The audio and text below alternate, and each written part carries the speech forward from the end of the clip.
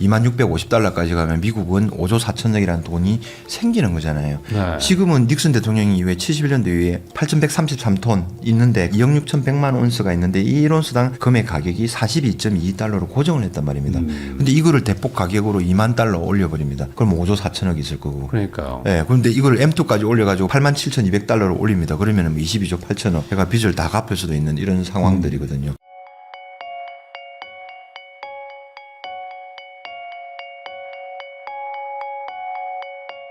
배재현 대표님하고 이야기 나누고 있습니다. 그러면 이제 금을 뭐 가장 많이 가지고 있다고 할 만한 미국 얘기 한번 해보겠습니다. 네. 미국의 이제 포트녹스라고 해서 거기에 이제 금을 뭐 아까 말씀하신 대로 이제 뭐 미국 연준이랑 해서 뭐 8,000톤이요? 8,133톤. 네, 그렇게 가지고 있다. 근데 네네. 사실 이거 네. 없다. 뭐 이런 얘기들 많아잖아요. 네네. 그거 이미 다 팔아먹었다. 뭐 이런 얘기들도 있고. 네네. 그래서 이제 미국이 금 가격이 올라가는 거에 대해서 별로 그렇게 좋아하지 않는다. 뭐 이런 얘기들 하시는 분들도 많은데 사실 어찌 보면 이제 달러 패권을 지키는데 달러가 돈이다라고 사람들이 믿어야 되는데 달러는 돈이 아니고 금이 돈이야라고 사람들이 생각하는 순간 이제 또 불안정해지는 거란 말이죠. 네. 그러다 보니까 또 이제 뭐 미국에서는 이 금 가지고 있는 거를 뭐 재평가해서 그 가격을 뭐 확 올려버리겠다. 뭐 이런 얘기 하시는 분들도 있고 네네. 과거에도 그런 사례도 있었고. 그죠. 지금 이걸 뭐 어떻게 봐야 되는 건가요? 이거 굉장히 이제 지금 통화 패권 자체가 네. 기존에 그냥 탄탄하게 유지되어 오던 미국 달러 패권이 지금 큰 변화가 생긴 거거든요. 브릭스 국가들이 나오기 시작하면서 달러를 네. 불신하면서 금을 모으고 또 러시아나 사우디 같은 경우는 은까지 모은단 말입니다. 중앙은행에서.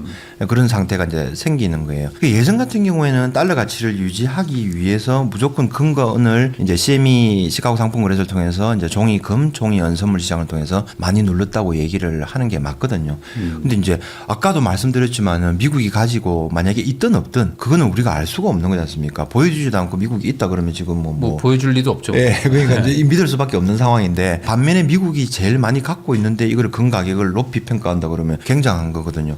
아까 M0 기준으로 해가지고만 봐도 2650달러까지 가면 미국은 5조 4천억이라는 돈이 생기는 거잖아요. 네. 지금은 닉슨 대통령이 이후에 71년도 이후에 금 1온스당 8133톤 있는데 그 1온스당 2억 6,100만 온스가 있는데 이 1온스당 금의 가격이 42.2달러로 고정을 했단 말입니다. 근데 이거를 대폭 가격으로 2만 달러 올려버립니다. 그럼 5조 4천억이 있을 거고. 그러니까요. 예, 그런데 이걸 M2까지 올려가지고 8조, 87,200달러로 올립니다. 그러면 22조 8천억. 그러니까 빚을 다 갚을 수도 있는 이런 상황들이거든요. 단순히 이제 또 이것만 갖고 또 되는 게 아니고 또 스테이블 코인이라는 게 나와가지고 연계돼가지고 또 미국의 단기 국채를 산다든지 네. 예, 유지를 시키는 거고. 그 다음에 결국은 지금 이제 베네수엘라도 뭐 레짐 체인지까지는 아니지만은 어쨌든 가가지고 친중으로 가는 거 예를 들어서 그림자 선단을 통해서 나갔던 거 이제 페트로 달러를 건드린 거거든요. 페트로 위안화를 하는 대표적인 나라가 베네수엘라고 이란이 되어버렸단 말이에요. 석유에서. 네. 그러니까 미국이 이제 손보로 들어갔어요.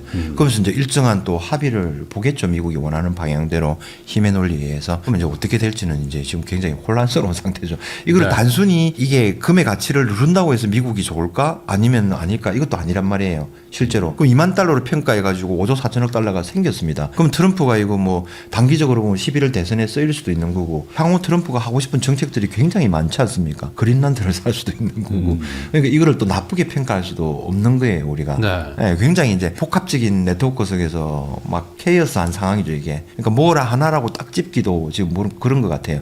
아예 진짜 누를 것 같으면 지금 5,600달러까지 용인을 했으면 안 되죠. 네. 예, 역사적인 고점인 2,000달러를 1,920달러를 못 누르게 막았어야 되거든요. 네. 예, 그래서 저도 지금 이 부분은 이제 굉장히 이제 아이러니하면서도 향후에 이제 우리가 굉장히 관심 있게 이제 지켜봐야 되는데 예전하고는 굉장히 다르다. 그냥 이렇게 미국이 힘으로써 누를 수 있는 금을 누를 수 있는 단계는 지났다. 그래서 이제 70년대 있잖아요. 70년대부터 80년대까지 금값 상승한 그 구간에 있지 않을까. 이제 뭐 2.5배 정도 왔다. 이렇게 보는 거죠. 이게 과거에는 이제 네. 뭐 2차 세계대전 뭐 지나면서 금을 어쨌든 미국이 제일 많이 가지고 있었으니까. 네. 그러니까 우리가 그냥 가격을 정확게 네. 해가지고 그냥 네. 달러당 온스당 얼마야 이렇게 네. 해가지고 이제 네. 그렇게 네. 했던 건데 네. 네. 지금은 그게 안 되는 게 말씀하신 네. 대로 네. 이제 브릭스든 뭐 다른 네. 나라들도 많이 가지고 있으니 네. 네. 그래서 이제 우리가 얼마로 할게라고 하는 게 안 된다 뭐 이렇게 보시는 건가요? 저는 지금 아직까지는 그렇게 할 수 있다고 봐요. 미국이. 아직까지는? 예. 네. 그리고 지금은 뭐 달러를 계속 발행하지 않습니까? 네. 무한 달러를 발행할 수 있는 거 그게 전 세계적으로 필요하지 않습니까? 예. 그렇죠. 결국은 또 예를 들어서 뭐 페트로 위안화로 결제되는 걸 페트로 달러로 쓰게 만들지 않습니까?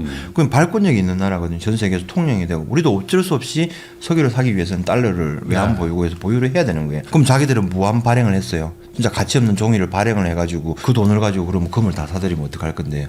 은을 다 사들이면 어떡할 건데 가치 있는 자산들 있잖아요. 네. 예, 브라질이라든지 뭐 베네수엘라라든지 뭐 핵심적인 이런 거 있잖아요. 군사기지를 지으면서 영토라든지 자원이라든지 기업들을 다 사들이잖아요. 네. 그래서 단순한 그런 건 아닌 것 같다니까요. 제가 볼 때는 아직까지는 그 정도 영향력이라든지 힘은 충분히 있다라고 저는 판단을 하고 있습니다. 그래서 뭐 과거같이 네, 그럼 예를 네. 들어 정말 그 금 가격을 재평가를 해가지고 네, 네. 뭐 진짜 뭐 2만 달러로 할게라고 네. 하는 순간 그러면 되는 거예요? 되는 거죠, 그거는. 예, 될 수밖에 없는 거예요. 네. 예, 그게 뭐 20몇 달러에서 35달러, 35에서 42달러, 그러면 되면 되는 거죠. 가장 강한 이제 힘을 가진 나라에서 정책을 펼치면 그게 법이다 그러면 그 법에 따르려 오는 거죠. 그러면 이제 거기서 궁금한 게 네, 그럼 네. 예를 들어 지금 뭐 5천 달러 주고 금을 샀어요. 현물을 네, 산 네, 거예요. 네, 네, 네. 그러면 내 것도 그럼 같이 2만 달러가 되는 거냐? 되는 거죠, 당연히. 근데 이게 좀 약간 받아들여지지가 않을 수도 있잖아요. 시청자분들은. 왜냐면 꼭 가격이 그렇게 정해지는 거예요. 시장에 맡겨야지 뭐 이렇게 생각할 수도 있죠. 시장에 맡기는 거죠. 시장이 2만 달러로 정하면 그게 거래가 몇 번 되면 그게 2만 달러가 되는 거예요. 예를 들어서 강남에 로또 네. 청약이 됐어요. 네. 10억이 됐습니다. 네. 거래 금액은 40억이네요. 50억이네요. 그럼 그게 이게 말이 돼? 말이 되지 않습니까? 그냥 뭐 사실 금을 제일 많이 가지고 있다고 하는 미국이 네, 네. 정하면 네. 가격이다. 네, 제가 볼 때는 그렇습니다. 네. 그러면 반대로 얘기하면은 지금의 그 국가 부채나 이런 것들이 네, 네. 사실은 뭐 금방 갚을 수 있는 거다라고 너무 쉽게 해석이 되잖아요. 할 수도 있죠. 예. 그런데 왜 그걸 가지고 지금 이렇게들 고민들을 하고 고생들을 하고 있냐, 뭐 관세도 거두면서 네네네. 하는 거에 대한 의문도 있을 것 같아요. 그죠. 시청하시는 분들. 그 일련의 이제 과정들이죠. 이것저것 하면서 어떻게 해가지고 이제 미국이라는 패권, 미국이라는 나라를 유지를 해야 되느냐. 그러니까 뭐 정말 뭐 트럼프 뭐 민주당이든 공화당이든 민주당이든 제가 볼 때는 미국의 이익을 위해서 지금 행동을 하고 있는 거거든요. 그러니까 그 나라에서도 어느 정도는 용인이 되는 거예요. 국방비를 쓰고 추가로 또 정액하는 거를 이제 국회를 통해 상원 하원을 통해서 승인을 해주고 하는 과정들이 나오는 거죠. 그럼 이제 이런 걸까요? 예를 들어 다른 나라 중앙은행들도 네. 자기들도 금을 가지고 있으면 네네. 미국이 자기 마음대로 금 가격을 정하는 거를 일종의 우리도 해지를 할 수 있는 거죠. 우리도 금이 있으니까. 그죠. 미국이 네. 2만 달러면 그럼 나도 좋은 거지 뭐. 그쵸, 라고 그쵸. 생각하니까 네. 오히려 금을 모아야 되겠다. 그죠. 라고 생각하는 걸까요? 그렇죠. 달러 가치가 없어지면서 이제 예를 들어서 새로운 통화가 나오기는 나올 것 같단 말입니다. 근데 네. 이게 미국 달러가 완전히 없어지지는 안 하고 미국의 영향력이 있는 예를 들어서 달러가 예를 들어 지금은 달러라고 부르는데 만약에 네. 뭐 아메로라는 새로운 화폐를 만들었습니다. 네. 그럼 그 화폐인데 이 주도권을 미국이 가지고 있는 거예요. 그러면 그 기존의 달러 부채를 통해서 국채를 통해서 발행한 모든 가치들이 점점점 하락하지 않습니까? 그럼 미국은 부채가 줄어드는 효과가 있거든요. 네. 그러면 자기들은 새로운 화폐를 가지고 또다시 패권을 유지를 할 수 있는 거잖아요. 네. 그리고 그 힘들이 있는데 뭐 안 사고 어떡할 겁니까? 지금 상황에서는. 예. 그러니까 여기서 그나마 미국한테 대응을 하려면 네. 국채 같은 거 들고 있어봐야 어차피 저기서 달러 가격 다 낮춰버리면 의미 없어지는 그죠. 거니까 예, 저기서 할 수 없는 그러니까 진정한 돈인 금이나 은 같은 걸 들고 있자. 그죠. 이거 말고는 방법이 없다라고 그쵸. 생각하고 예, 지금 예. 어찌 보면 미국의 패권에 좀 반대로 좀 도전하고 있는 거죠. 그렇죠. 예. 그거를 미국이 싫어하고. 그 싫어하고 예. 그 과정 속에서 막 이런저런 이제 합의들이 일어나고 막 하는 거죠, 그게. 예. 그 과정 속인 것 같아요, 제가 볼 때는. 예. 그러면 결국에 이제 전쟁이 좀 확전되고 있고 막 다른 곳에서 계속 일어나고 있고 네. 그리고 옛날처럼 뭐 이제 뭐 세계화 이런 것보다는 다 그냥 우리끼리 잘 살자 뭐 이런 식으로 이제 분절화가 막 일어나고 있는데 네, 네. 이거는 뭐 전쟁이 좋다 나쁘다를 떠나서 금의 가격만 보면 좋은 건가요? 일단 일단은- 불안해지면 좀 나은 거 아닐까요? 그렇죠. 예, 상반된 그런 게 있는데 예를 들어서 뭐 보험이라든지 지금 호르무즈 해협을 두바이를 통해서 전 세계적으로 거래되는 게 한 20% 정도 되거든요, 금이. 네. 근데 여기가 이제 호르무즈 해협이라든지 아니면 중동 정세가 굉장히 불안하니까 보험이라든지 물류비라든지 이런 게 굉장히 또 증가를 하지 않습니까? 네. 근데 또 반면에 전쟁이라는 이런 불확실성에서 정말 뭐 안전자산이다, 완전자산인 이런 금의 가치를 더 높이 생각을 하는 수도 있고요. 항상 이제 상반되게 이게 움직이는 거죠. 근데 예전에는 뉴욕하고 런던하고 금 가격을 정했거든요. 네. 근데 지금은 이제 상하이 금거래소 SG라든지 SHFE 상하이 선물거래소가 들었었고요. 지금 4월 1일부터는 또 인도에서 또 들었었거든요. 네. 세비라고 인도 정권거래소에서 지금 이제 지금 출격을 준비를 하고 있는 거예요. 네. 그리고 이제 MCX라는 이제 인도 거래소 있죠. 인도 거래소를 통해서 이제 금과 은을 거래를 하는 거예요. 그럼 인도 내에서 이제 또 엄청난 또 자금과 인구가 있지 않습니까? 이제 기존에 뉴욕하고 런던에서 정하는 가격을 우리는 못 따라가겠다. 인도 내에서도 여러 가지 자금들이 막 투자하는 자금들이 굉장히 많을 거 아닙니까? 요거의 기준이 되는 게 이제 인도 MCX를 통해서 거래되는 가격을 기준으로 하겠다. 네. 그럼 어떤 효과가 되냐면은 실제로 실물금 사용량 2위가 인도거든요. 실물은 사용량 1위는 네. 인도예요. 인도. 금은 2위고 실제로 이제 은은 1위란 말입니다. 그런데 우리가 가장 많은 은과 금을 소비를 하고 있는데 가격은 런던에서 뉴욕에서 정해 억울하단 말이에요. 상하이도 마찬가지고 인도도 마찬가지. 그러면서 싱가포르하고 지금 두바이도 이제 이렇게 성장을 하는 거죠. 예전에 가지고 있던 이제 금과 은에 대한 패권들이 가격 결정권들이 지금 이제 동양으로 실제로 넘어오고 있는 상황인 거죠. 근데 이런 경우에는 지금 오늘도 봤는데 상하이 금거래소에 있는 상하이 금거래소에서 거래되는 은 가격이 네. 은 가격이 오늘 CME에서 거래된 CME는 23시간 거래가 되거든요. CME 가격보다 이건 지금 오늘도 보니까 11불 정도 높아요. 11달러 트로이 온스당. 그럼 이거는 뭘 의미하냐면은 인도도 그렇게 될 수 있다라는 거거든요. 니네는 뭘 하든 우리는 실물 금과 은을 위주로 거래를 하니까 이 가격에 맞춰서 움직이겠다.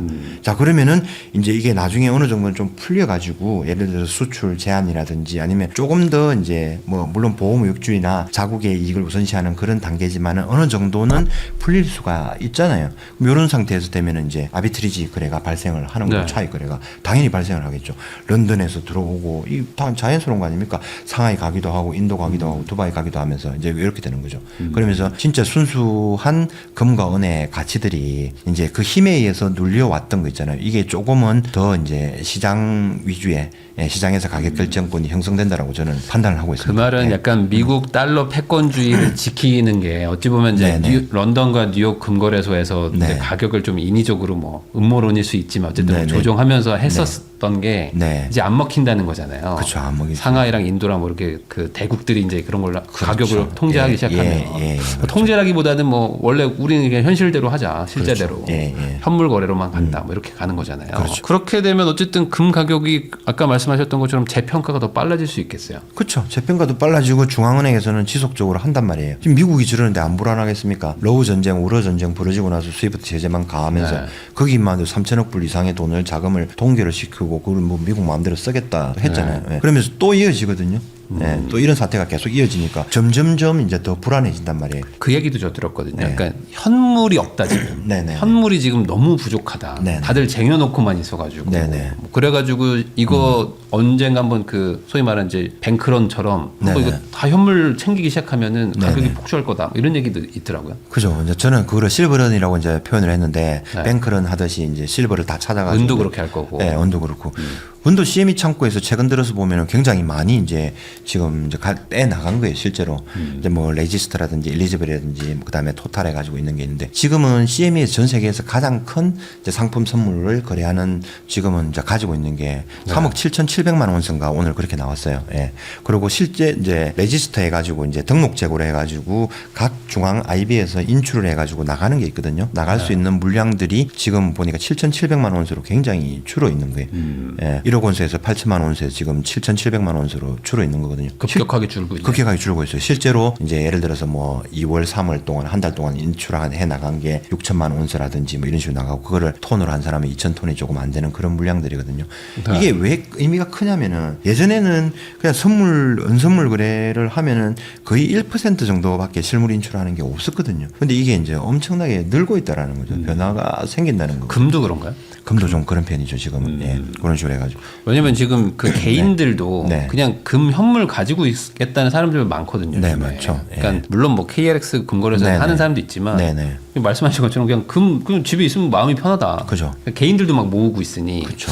이게 진짜 더 커지면 흔히 말씀하셨던 것처럼 종이금으로 막 거래하는데 알고 보니 아무것도 없었던 거죠. 네네. 이런 일이 일어나지 않을까. 네. 예, 그 확률도 꽤 높은 건가요, 그러면? 그렇죠. 금에서도? 그런 게 있죠. 급등하는 상황이 작년 10월 정도 되면은 한국의 금은 프리미엄이 뭐 한 23%까지 최고로 붙었고요. KRX를 기준으로 해가지고. 근데 은 같은 경우에는 최근 한 달 전까지만 해도 국제 시세 대비해가지고 프리미엄이 50% 이상 붙었단 말이에요. 네. 그럼 실버가 없는 거예요. 가격이 오르니까 더 오를 것 같으니까 보니까 전부 물량을 또 잠그는 거예요. 그리고 한국에서는 또 특히나 김치 프리미엄이 은에서 너무 많이 붙었으니까 외국에서도 아는 거예요. 다 광산에서도 생산해가지고 수입을 해서 한국에 공급을 해야 되지 않습니까? 네. 근데 한국의 프리미엄이 높네. 걔네들 입장에서도 그냥 기존에 팔든지 아니면 프리미엄을 3% 20%만 붙이는 거를 뭐 19% 20% 붙여가지고 파는 겁니다. 그렇게 비싸게 또 들어와야 되니까 한국의 도매업체들이 또 거기서 프리미엄을 붙이고 판매를 해서. 그러니까 실버바 같은 경우에는 1kg에 800만 원까지 넘었다니까요. 근데 지금은 오늘은 이제 500만 원까지 떨어진 거예요. 네. 프리미엄도 빠지고 은 가격도 빠지고 이러면서. 그래서 이제 실버 투자자분들이 이제 혼선이 있는데 어쨌든 이제 저도 항상 말씀드리지만 무조건 분할 매수해야 되거든요. 부동산을 살려면 좋은 거 살려면 몇십억씩 뭐 몇백억씩 들어가잖아요. 최소 몇 억씩 들어가는데 은이라든지 그건 그렇지 않거든요. 마음 먹으면 100만 원, 200만 원, 300만 원, 뭐 500만 원도 살 수 있어요. 네. 그러니까 평균 단가를 맞춰가지고 나가는 게 맞다라는 거죠. 아무도 몰라요 가격은 신이 아닌 이상은. 예. 금이 네. 갑자기 뭐 대규모로 공급된다 이러는 네. 건 현실적으로 좀 어려운 건가요? 뭐 예를 들어 뭐 항상 뭐 사우디에서 금광 나왔다 뭐 이런 얘기 네네. 있잖아요. 그러면 뭐 갑자기 뭐 대규모 공급이 된다 네. 이럴 수도 있는 건지 한번 여쭤보는 겁니다. 대규모 공급되는 거는 이제 뭐 LBMA라든지 CM이라든지 상하이 건그레스에서 뭐 아니면 국가가 개입한 국가급 기관들이 개입해서 물량을 몇백 톤씩 던지는 수밖에 없는 현물을 거죠. 판다. 예, 그 수밖에 그럴 없는. 일은 없잖아요. 그렇죠. 그런 이제 중앙은행에서 계속 모으고 있으니까 그럴 일은 좀 부족하고 뭐 광산이나 이런 걸 캐다 보면은 은도 그렇고 금도 그렇고 그 있잖아요. 탐사하고 뭐 하는 과정들이 굉장히 이제 오래 걸려요. 실제로 오래 걸리기 때문에 뭐 7년에서 15년까지 걸린다 그러거든요. 예, 그리고 뭐 환경 규제도 또 심하고 하니까 그냥 단기간에 이렇게 나오지는 않고 그다음에 금을 뭐 탐사를 하고 뭐 허가를 받고 개발을 해내잖아요. 네. 그 과정을 뭐 한꺼번에 다 못 하지 않습니까? 조금씩 하지 않습니까? 조금씩 했는데 그거보다 아까 말씀드린 대로 미국 부채시계 보면은 통화 있잖아요. 통화량이 증가하는 속도가 훨씬 빨라요. 네.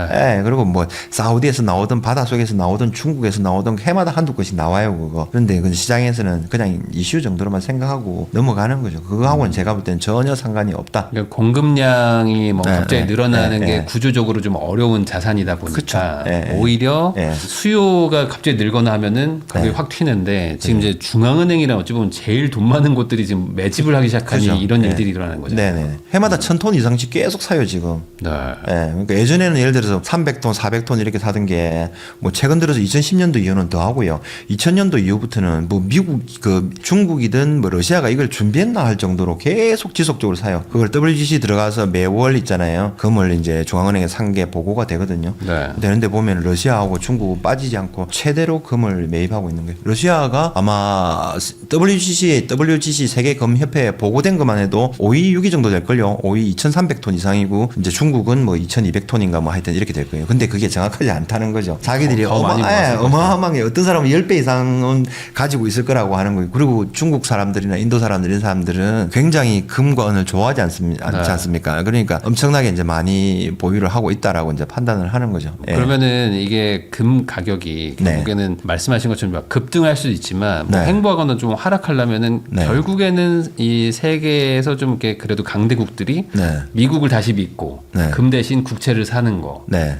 가지 않으면 네. 이 구조는 해결할 방법이 없다. 금값 상승을 막을 방법이 없다. 그죠. 막을 그렇게 방법은. 봐야 되는 예, 거예요. 예. 근데 막을- 그렇게 되기가 쉽지 않잖아요. 지금 돌아가는 분위기가. 아니요, 저는 그렇게 될 것 같은데요. 그러니까 그래요? 예, 아무리 그렇게 하더라도 뭐 아니 그러니까 그 러시아가 다시 국채를 사고 이럴 일은 없지 않을까? 별로 없죠. 네. 그거는. 예, 당연히. 그러니까. 예. 한번 이제 지금은 솔직히 이제 싫은데도 중국 같은 경우에도 미국 국채 보유량이 1위였잖아요. 근데 네. 지금은 뭐 일본, 영국에 밀려서 아마 3위 정도 될 거예요. 이제 그게 단기간에 안 바뀌죠. 안 바뀌고 신뢰를 한번 잃어버리면은 하는 거고 이제 뭐 지금은 무서워서 이제 군사력이 미국이 워낙 막강하니까 무서워서 그냥 잠잠하고 있는 거지 뭐 속내는 또 다르지 않겠습니까? 네. 그래서 이 흐름들이 안 바뀌어지는 거죠. 네, 그리고 단순하게 이제 예전에 미국이 예를 들어 전 세계 경찰 노릇을 하면서 가장 강한 그런 시기하고는 지금은 어쨌든 군사력을 동원해서 각 나라들을 이제 손을 보고 있지 않습니까? 그런 네. 단계이기 때문에 또 반대로는 미국 패권을 유지하기 위해서 달러 패권을 유지하기 위해서 이렇게 발벗고 나설 수밖에 없구나 행동에 옮겼다라는 게 이제 이렇게 그렇죠. 의미하는 바가 크죠, 굉장히. 그리고 예전하고는 다르게 이제 브릭스 국가들이 뭐 모여 있잖아요. 그리고 반미 국가들이 또 모여서 그렇게 하는 거고. 근데 그게 누가 이길지는 모르겠습니다만은 단순히 미국의 영향이 없으시진 않아요. 제가 볼 때는. 예. 근데 이제 그렇다고 해서 뭐 러시아가 뭐 패권이 된다, 중국이 된다 이런 생각도 아니고요. 제가 볼 때는. 근데 이제 그 자국의 이익을 위해서 이제 살아가는 거죠. 어쩔 수 없지 않습니까? 그렇지만 어쨌든 네. 이래저래 다들 금을 모으려고 할 수밖에 없으니까 네, 네, 금 투자자 입장에서 나쁠 것은 없다. 그렇죠. 네. 이렇게 뭐 정리할 수 있겠네요. 네네네.